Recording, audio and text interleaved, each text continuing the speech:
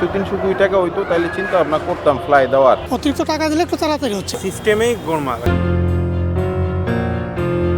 উত্তর সিটি কর্পোরেশনের অঞ্চল ৩ জন্ম নিবন্ধন সেবার তথ্য জানতে চাইতেই অফিস সহকারী জামাল নিয়ে যান নাস্তার রুমে। ৩ দিনে জন্ম নিবন্ধন করিয়ে দেওয়ার আশ্বাসে মুঠোফোনে পরিচয় করিয়ে দেন মিথুন নামের এক ব্যক্তির সঙ্গে। এবার সরাসরি কথা হয় মিথুনের সঙ্গে। জন্মস্থান ও স্থায়ী ঠিকানা ছাড়াই ঢাকা থেকে করা যাবে জন্ম নিবন্ধন। বিনিময়ে দিতে হবে 2,500 টাকা। মানে আপনি তো অফিসেরই, মানে সেক্ষেত্রে তো আর সমস্যা নাই। 200-300 কোটি টাকা হইতো তাহলে চিন্তা ভাবনা করতাম ফ্লাই দেওয়ার। আছে 2,000 টাকা, এনে লারা সারা দেওয়া 3-4, এতে লারা সারা দেওয়া থাকে এই 200-300 টাকা।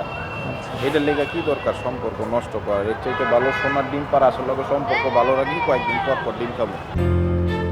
মিথুন সিটি কর্পোরেশনের লোক দাবি করলেও অনুসন্ধানে জানা যায় সে আসলে দালাল। কর্পোরেশনের দায়িত্বপ্রাপ্তদের যোগসাজশে অবৈধ উপায়ে করে দেয় জন্ম নিবন্ধন।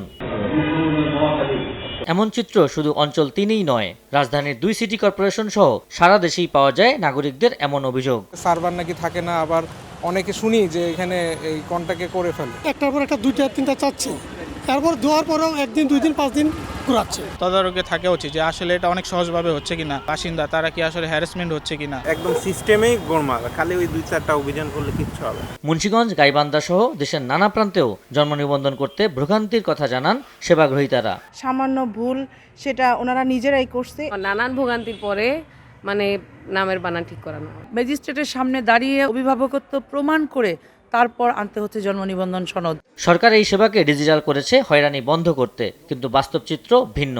অনলাইন আবেদন প্রক্রিয়া যেমন জটিল, তেমনি প্রয়োজনীয় কাগজপত্র জমা দেওয়ার পরও সিটি কর্পোরেশনের অফিসে এসে শুরু হয় নতুন বিড়ম্বনা। ফাইল জমা দিতে এসে চাওয়া হয় অপ্রয়োজনীয় ও নিয়ম বহির্ভূত কাগজপত্র। দিতে না পারলেই ঘুরতে হয় মাসের পর মাস। শরণাপন্ন হতে হয় দালালদের। উত্তর সিটি কর্পোরেশনের প্রশাসক বলছেন অনিয়মের বিরুদ্ধে ব্যবস্থা নেওয়া হচ্ছে। জন্ম নিবন্ধন, মৃত্যু নিবন্ধনে যদি এই ধরনের অভিযোগ আমরা পেয়ে থাকি, মাঝখানে আমরা কিছু পেয়েছি, আমরা কিন্তু কয়েকজনের চাকরিকে শোকজ করে তাদেরকে কিন্তু তারা কিন্তু এখন দফতরে নাই। ঘরে বসে আমরা এটা সলভ করতে পারি। যত বেশি কম হিউম্যান ইন্টারাকশন হবে তত ঝামেলা কম।